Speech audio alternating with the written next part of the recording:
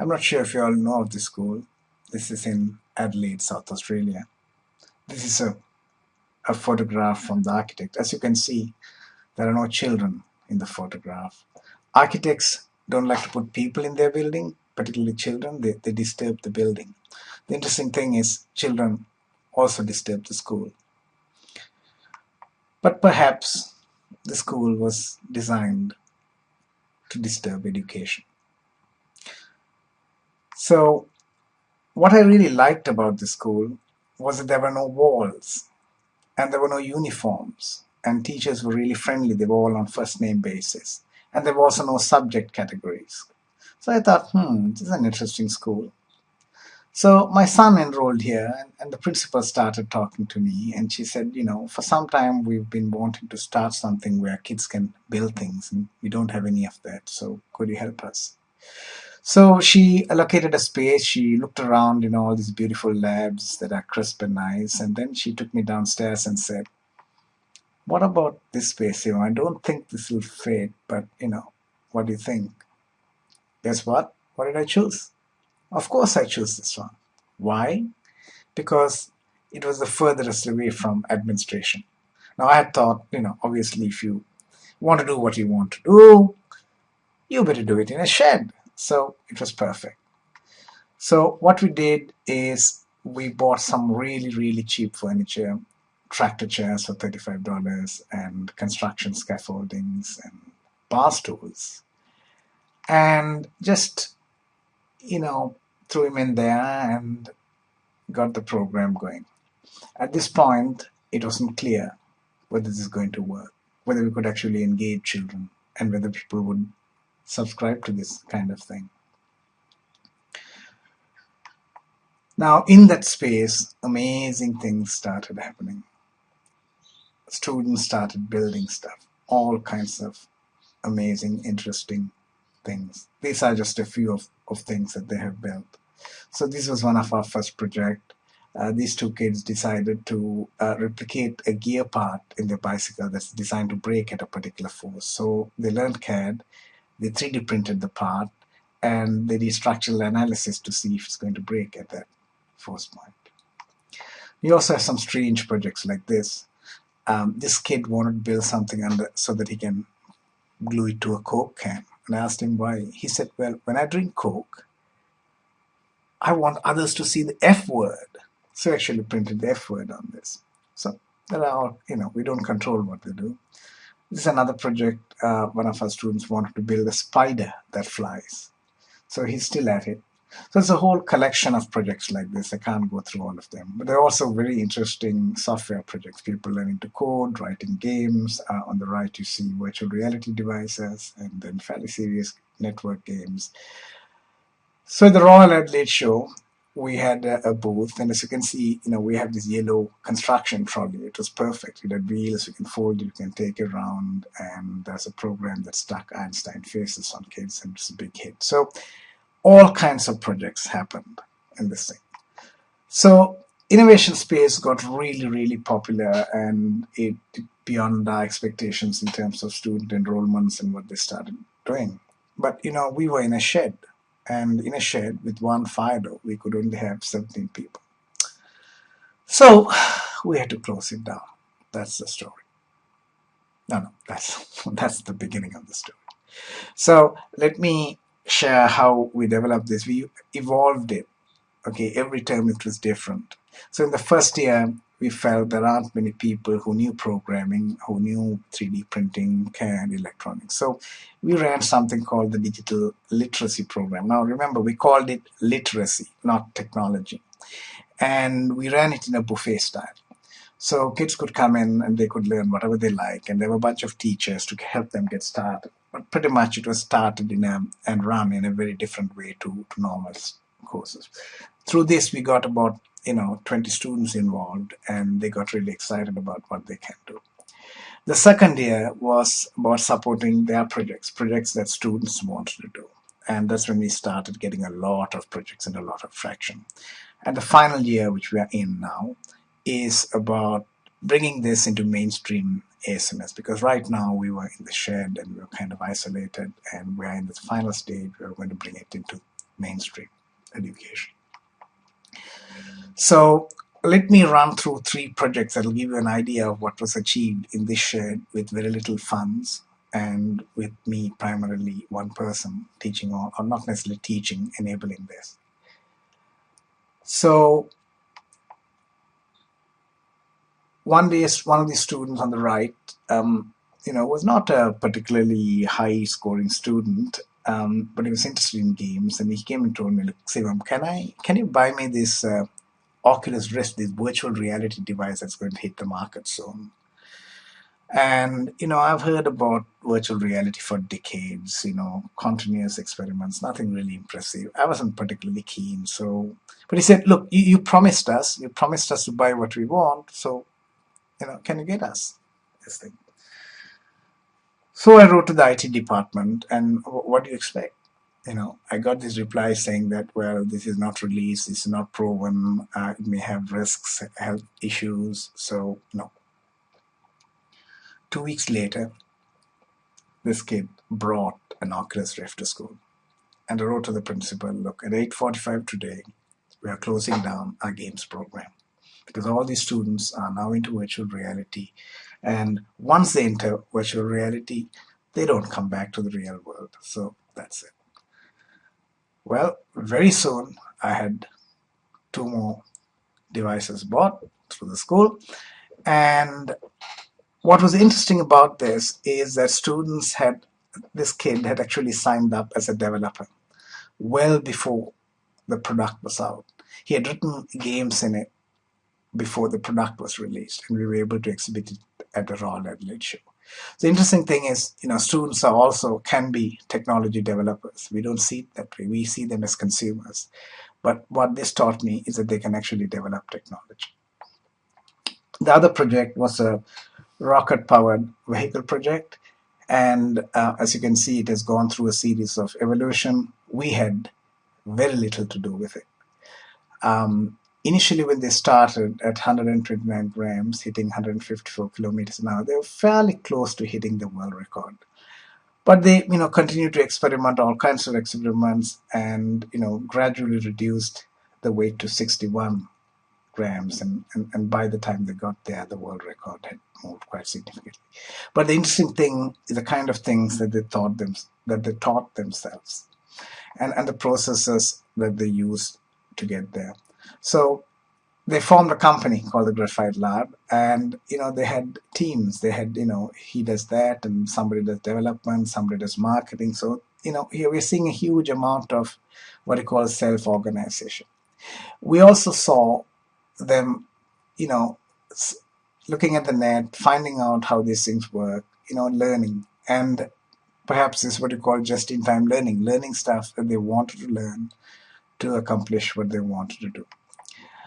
And the design development process very interesting because I teach design development. So you can see here that it has gone through a series of iterations, and they were practicing what you called direct digital manufacturing. That is just you print the product. You don't go through the normal cycle of design and development. And on the left, you see a light gate that they built to measure the speed. They made it out of Arduino.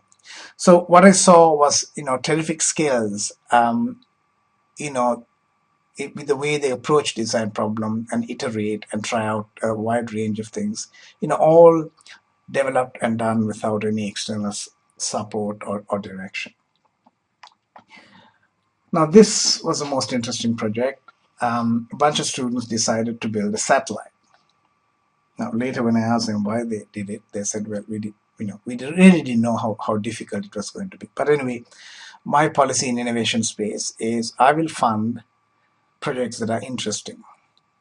If the project can be done, I may not fund it, but if it can't be done, I will definitely fund it. So this was in that category, and I had to support this.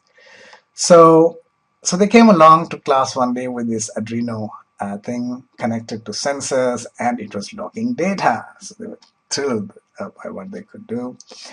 And of course, they started putting it together and discovering how difficult it was. And it was, one of those cases where things go beyond what you can support them with. So I took them to the University of Adelaide. So my job, as you know, is to buy them the parts. So one of the things that they want to buy is a Geiger counter. Now, when I had to buy it from America, of course, and didn't realize it's an export control item, and I couldn't hand it over to Cuba, Iran, or North Korea. I had to sign off saying that I'm okay with that. I don't know if those days I used to, when I traveled as a student to the US, they had this form in the airplane that you had to fill, and it said, "Are you a terrorist?" Or do you belong to any terrorist organization? If you do, you have to click this box. So it was one of those things that I had to sign. But anyway, quickly ran into stuff that I couldn't really help them with, like the Earth's magnetic field. So I took them to a senior lecture at the University of Adelaide, and we had a meeting. Now, the first thing he asked them was, "Do you have a mission? What's your mission plan?" And these kids just, looked at each other. Obviously, they haven't, they don't have a mission plan, but this is what they had. They had 7 sensors: radiation, magnetic field, humidity, temperature, hydrogen, oxygen, whatever sensor they could get their hands on. They had 3 cameras: one high resolution camera, one earth looking camera, and an infrared camera. To control all this, they had a Raspberry Pi computer on board, and they had 2 microcontrollers. As you can see, this is just loaded with sensors, and just too much of data was coming through this. So obviously, at some point, they got stuck. So I had to bring in a network engineer to help them out, and here he is looking at this stuff. And this is what he had to say. Okay, the important thing here is that how far they have traveled, okay, before they needed help. And that's the interesting thing, that all this happened entirely by themselves, entirely without help, till a point where they reach that's beyond me and beyond a lot of other people as well to help. So another interesting point is that I know all of you guys have problems with copying and plagiarism in school. So we got to a point where they couldn't get a circuit diagram for an Arduino chip that had to manage all these sensors. So they wrote to this guy. They tried to buy the board first. There was no response. So they wrote to this company, no response. So you know what they did? They ripped it off from YouTube. Now, have you heard of people ripping off circuit diagrams from YouTube? So that's the kind of engineering design processes that these kids are able to invent. So we are planning to launch this thanks to a project called Launchbox, run by an Italian rocket scientist now living in Adelaide. She runs a program where you can launch CubeSats to take it to the edge of atmosphere using hot air balloons. And we've been working with her, and this is what she had to say about our project. Right. So what we learned is students can learn amazing things well beyond what you can teach them, all by themselves with very little help. So the other thing is what they actually learned. I mean, when they started, this kid could just do a blinking circuit. The other was a model maker, and the other kid could do a lot of things. He could do and list them. Then the kid could do only coding. And when they finished, they could do a lot more. And this kid who does coding, he burned his hard drive because too much of data was being written. Okay, so there's no question about what they have learned. But what they have become is quite interesting, because when they started, this kid wanted to be a pilot, the other one wanted to be an engineer, the other one actually had a card that said rocket scientist. He was so sure he wanted to become a rocket scientist. And of course, we have somebody who wanted to do coding. And when they finished the project, well, this kid decided to become a property manager, and the engineer wasn't sure where he's going. The rocket scientist has decided to become a spook. Okay, now you understand why his face is blurred out.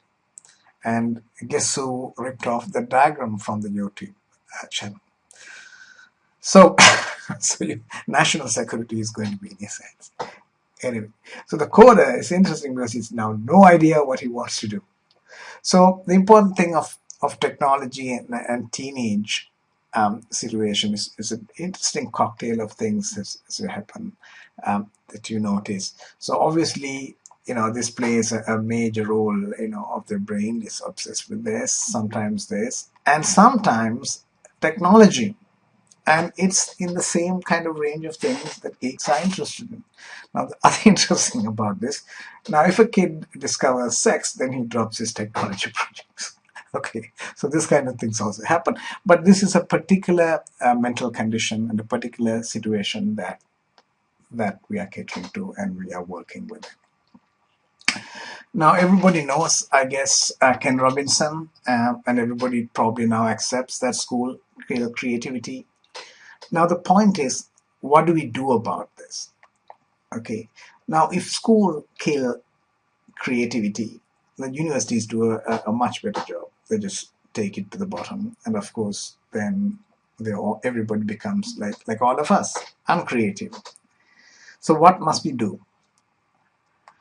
Now, I think innovation space is about what we should do. It's about between year 10 and 11, because year 12 gets quite hectic. We give some space, we create some space for them to explore, and I don't know whether you noticed that, all the projects that they did were incredibly creative in their own way. And I think if schools give and create such spaces, and if universities do the same, we'll end up with a society that's far more creative than our own. And we create people who can actually create value. So that's, in a way, the role of innovation space. So the other thing that we learned out of this is the amount of instruction in a school is about teaching, and teachers like to teach. The question that we'd ask ourselves is, do you really need to instruct kids? Now, once a few kids from a primary school, I think 12 years old, they came to Innovation Spirit, and I'm really busy with so many other projects to support, and they wanted to learn 3D printing. And I had virtually no time. So I told them, look, here's a printer, here's a laptop connected to it. Now, don't touch the nozzle because you'll burn your hand. Just get on with it. And within 15 minutes, they managed to set up the printer, connect it up, get a file, and put it to print. And within another 15 minutes, they printed it out. So within half an hour, these 3 kids jointly taught themselves how to 3D print. We then thought, this is interesting. Why don't we give them a printer to take to them, to their school, which is what they did, and see if they could teach other kids. So a week later, they returned with 5 other kids, right? And all of them could 3D print. So look at what happens if each kid teaches 2 more kids, right? So we start with 3 kids, and those 3 kids teach 6 kids, so a total of 9 kids are now able to 3D print. And very quickly, it just spreads. It spreads and spreads to a point where the entire school can 3D print. Now, this doesn't happen all the time. It only happens when kids are excited about what it does. And in my opinion, they need to release this energy. And when that kind of spread happens, this is what we call fission. One kid influences another, that's energy release, and it just spreads and spreads and spreads. In our own experience within ASMS, we experience this because we only introduced 3D printing to 2 or 3 kids. And within a year, about 60% of kids at ASMS had 3D printed. Right? So we did this out of a survey of 109 students. And what is very, very, very clear is that knowledge can spread. Now, I think to understand this better, we have to look at infection models and look at, this is a study of how disease spread through air travel. These are the little dots of the different international airports, and they're all connected, and passengers travel through them. So there are computational models that can model how disease spread. And I think we need to develop a similar model for education. I'm working with the University of Canberra to get a deeper understanding and to be able to model this thing. I think we have a new model for education here. So when I started, the principal told me, look, Sivam, there are 1 or 2 things that are happening in the school we don't really know about. Can you find out? And if I'm sure the same thing is happening in your schools, if you just scratch the bottom, right, you will find but there are all kinds of projects that are going on. Now, this is a kid who has built something. We were trying to build a marshmallow launch, and he said, "Look, I've already built it. I can do that. I built a gun with my dad's compressor in my home." So I said, "What do you do with it?" He said, "Of course, I shoot." And he said, "What do you do?" He said, "Oh, I shoot my brother." I said, "What? You shot your brother?" "No, no." He said, "I'm sorry. I got my brother to shoot me, you know." And he said, "And it pains. You know, you want to see?" And he lifted up his shirt. I said, "Look, I don't want to see. I don't want to be caught inspecting a teenager's tummy, in the shirt." So I said no. But the interesting thing is that they do stuff by themselves. Now, these are a bunch of students in ASMS who had already launched, 3 apps in the iStore. And of course, this girl is fairly known now. She won the AMP award. She made a plant, a sensor connected to a phone that would actually send you a text message when the plant ran out of water. Now, last term, I was told that there's this kid who is joining us who can actually program. And of course, I thought, my God, that'll be really great because, it'd be nice to have him in innovation space. And what I learned was that he's already running his father's kind of security business, the portal for it, and he's taking about 300 jobs a day, how to manage security guards and signing in and signing off and scheduling things. But you know what? He didn't show up. Didn't come in. So I asked him, "Why did you join us?" He said, "Look here, Sivam, I come to school because I want downtime." So he joined the music program. Now, this is the thing. A lot of you all are teachers here, and you all take teaching and these kids very seriously. But don't forget that some of them come there for downtime, okay, to relax, because what they're doing outside school is so interesting and so engaging and so out there. So this is what we learned out of doing what we did. One of the things that we learned is that, if there's interest, learning happens. And this is what Arthur C. Clarke said. If there's interest, learning happens. And this is true. The other thing that comes from the maker movement and something that we've experienced, and making is a fantastic form of learning because it teaches you what's right, it teaches you what can be done, what can't be done, and it is an authentic form of learning. Now, all of you all, I'm sure, have heard the STEM whine, a bunch of old people whining about STEM is important, STEM is important, STEM is so important, and so on. And the reality is they don't care to find out what kids like. Kids love technology. You don't really have to invest time in interesting them. They're interested. The other thing that I discovered, which I think is important, is that knowledge and know-how is infectious. They can spread efficiently and effectively without investment of teacher time and resources. But the most important thing I have learned is what Einstein said about teaching. He said, "I do not teach, I only create conditions for learning to happen." And I think innovation space created those conditions. What is this all about? Why did we spend 3 years doing this? We wanted to find out, what are the upper limits, right? As you know, schools have a lot of issues with engagement. Can we solve this problem of engagement? Can we get students interested in science, engineering, and technology? Can they teach their peers? Can they outlearn their teachers? And can we do all this in a shoestring? And we did. Now, the important thing is that whether this can be done elsewhere, I don't really know, because it took a school without walls. It took a school without uniforms. It took a school without subjects.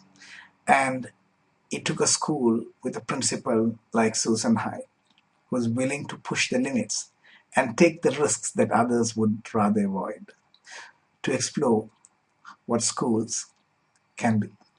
So I'd like to thank her. And I'd like to thank all of you all for joining me this evening. Thank you.